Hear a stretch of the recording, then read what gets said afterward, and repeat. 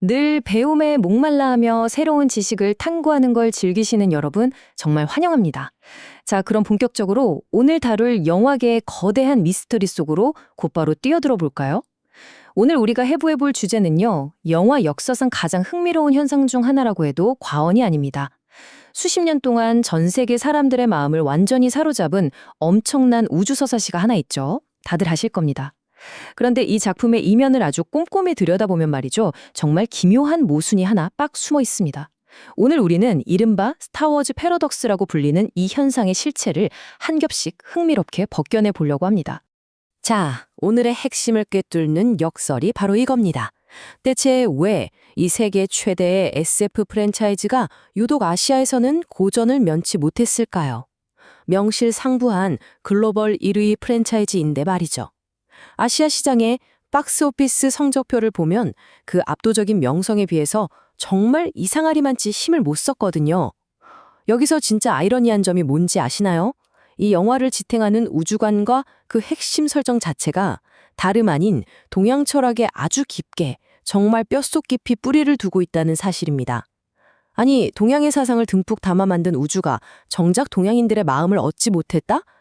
이거 정말 역설적이지 않나요? 이 미스테리한 상황이 대체 어떻게 일어난 것인지 지금부터 그 단서를 하나씩 찾아가 보겠습니다.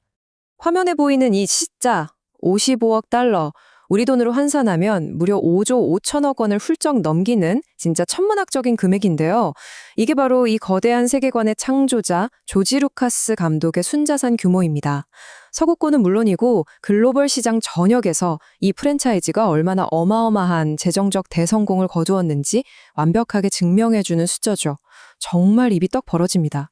하지만 이 화려한 성공의 이면을 살짝 들춰보면 한국을 비롯한 동아시아 여러 국가에서의 뼈아픈 흥행 부진과 사람들의 상대적인 무관심이 자리 잡고 있습니다. 대체 무엇이 이렇게 극단적인 온도 차이를 만들어낸 걸까요? 첫 번째 파트, 포스의 해부입니다. 이 거대한 우주를 작동시키는 마법 시스템의 핵심 메커니즘을 먼저 짚고 넘어가 보죠. 영화 속 세계관을 관통하는 가장 제일 중요한 개념이죠. 바로 포스입니다. 우주 만물을 연결하고 균형을 유지하는 아주 신비한 에너지장인데요. 여기서 재미있는 건 조지 루카스 감독이 이 포스라는 개념을 처음 기획할 때 어떤 특정한 교파나 종교에 얽매이지 않는 아주 보편적인 영성을 관객들의 마음속에 일깨워주려 했다는 점입니다. 훗날 프리퀄 시리즈에서 미디클로리언이라는 미생물을 등장시켜서 약간 생물학적이고 과학적인 설명을 덧붙이긴 했지만요. 어쨌든 본질적으로 이 포스라는 건 눈에 보이지 않는 에너지와 선악의 뚜렷한 대비를 통해서 세상을 이해해보려는 아주 거대한 철학적 시도였습니다. 이것이 아주 기가 막히게 잘 보여주는데요. 초기 대본에 등장했던 포스의 흥미로운 원형입니다.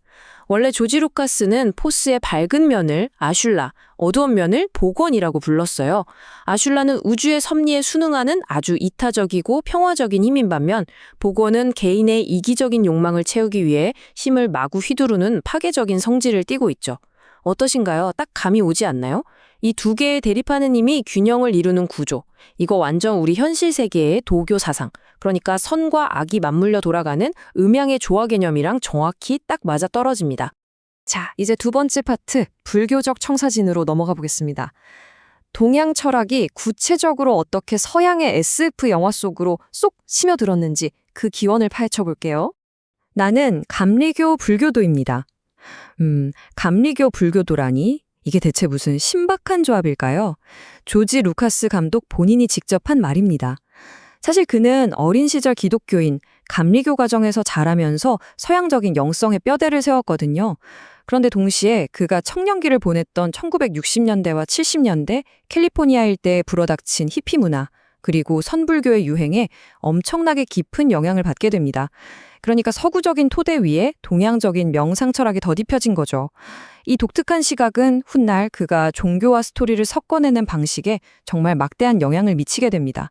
이 시간의 흐름을 차근차근 한번 따라가 보면요. 이 전설적인 세계관이 어떻게 탄생했는지 그 뼈대가 명확하게 보입니다. 감리교적 가정에서 자라난 후 세계 신화의 공통 구조를 분석한 조셉 캠벨의 책에 완전히 매료되죠. 그리고 60년대 캘리포니아의 선불교 트렌드를 쫙 흡수합니다. 자, 여기서 정말 결정적인 순간이 하나 옵니다. 바로 1979년인데요. 루카스가 달라이라마의 스승이었던 티베트 고승을 실제로 딱 만나게 된 겁니다. 이 역사적인 만남이 우리가 너무나 잘 아는 제다이 기사단 그리고 그들의 위대한 스승 요다를 탄생시키는 아주 결정적인 스파크가 되었습니다. 종교학자들이 분석한 걸 보면요. 영화 곳곳에 아주 구체적인 불교 요소들이 꽉꽉 채워져 있습니다.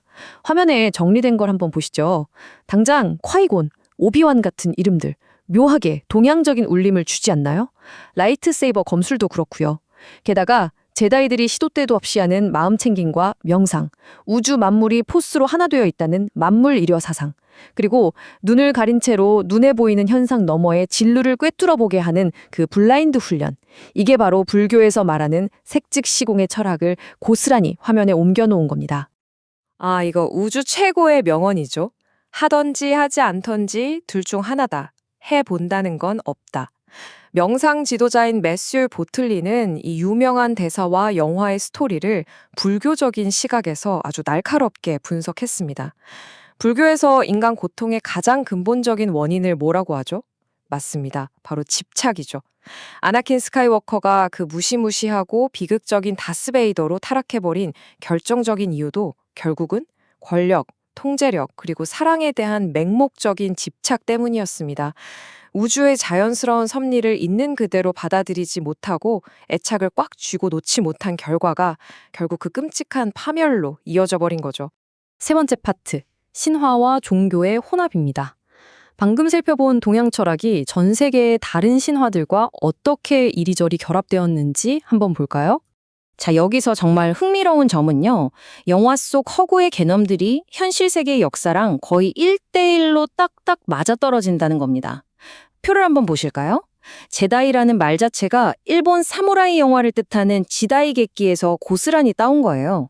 그리고 우주적 힘인 포스는 동양의 기나 인도의 생명에너지인 프라나랑 완벽하게 똑같고요. 앞서 말씀드린 요다 역시 실제 티베트 고승의 모습을 그대로 모델로 삼은 겁니다. 그러니까 완전히 허구의 우주인 줄 알았는데 사실은 철저하게 현실본화의 조각들을 정교하게 꿰어 맞춘 결과물이었던 셈이죠.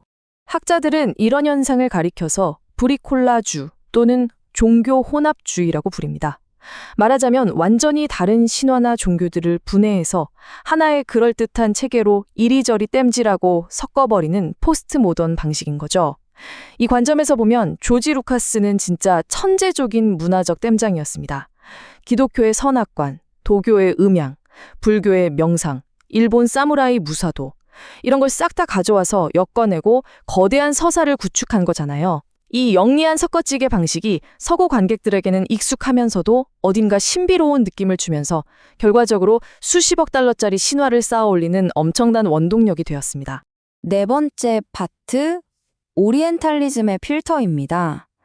우리 처음에 던졌던 질문으로 돌아가 보죠. 이렇게나 동양적인 세계관이 대체 왜 아시아에서는 안 먹혔을까요? 여기서 문화평론가들이 꼭 짚고 넘어가는 중요한 개념이 있습니다. 바로 오리엔탈리즘과 화이트워싱이죠.